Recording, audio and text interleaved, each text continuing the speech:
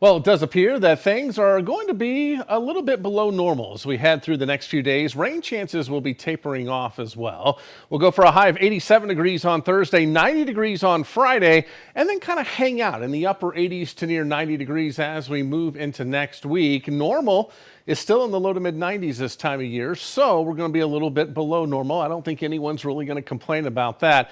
And I am going to save the best for last. Wait till you see some overnight lows coming up into next week. But first things first, a few storms will be possible as we make our way into Thursday. The disturbance that's been over West Texas, that one is shearing out and falling apart. So it does appear that things are going to be lightening up with that. However, down to the south near Corpus Christi, there is a little tropical disturbance, nothing of consequence, but that will continue to march its way up the Texas coastline here. And with that counterclockwise flow, we may get a couple thunderstorms to move from east to west across the area as we make our way through the day on Thursday, possibly Friday as well. But there'll be more on the isolated side. So for tonight, things will be pretty quiet across the region. I do think the clouds will be taking over for all of the area as we head into Thursday morning. As we make our way into the afternoon, again, this is where we may see some of those pop-up showers and thunderstorms. Highs will be into the upper 80s for us, and that will help to get some of these isolated thunderstorms going. Rain chances about 30%, but there could be a downpour or two. I think it'll be a little higher as you head down toward Bryan College Station and the Brazos Valley.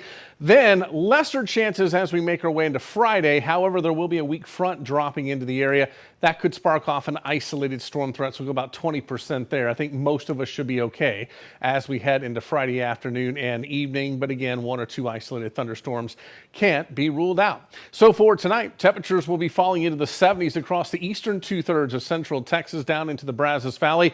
But we could see some 60s as you head back through Hamilton, Goldthwaite, San Saba at 66 in the morning. That's looking nice. Then as we get into tomorrow afternoon, not too bad. It looks like the warmest conditions will be across our southeastern areas where some folks could touch 90 degrees. But I think the cloud cover is going to be a little more prevalent here.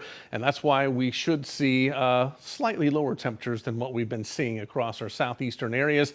And looking at your forecast, temperatures hanging out about 87 on Thursday, 30% chance for a couple of thunderstorms, 20% on Friday, and then looks like it's going to be drying out for a while. But with that dry air moving in and lots of sunshine, it's going to be pretty nice in the afternoons. Highs in the upper 80s to near 90 degrees, but the lows at night. Get that pumpkin spice latte ready to go because it looks like we'll be down to about the low to mid 60s as we head into the first part of next week. That's going to feel really good during the morning hours. Then we'll be creeping up closer to 90 degrees by the end of next week. And for the Brazos Valley, well, high temperature of 86 degrees on Thursday, 40% chance of scattered thunderstorms, 20% on Friday.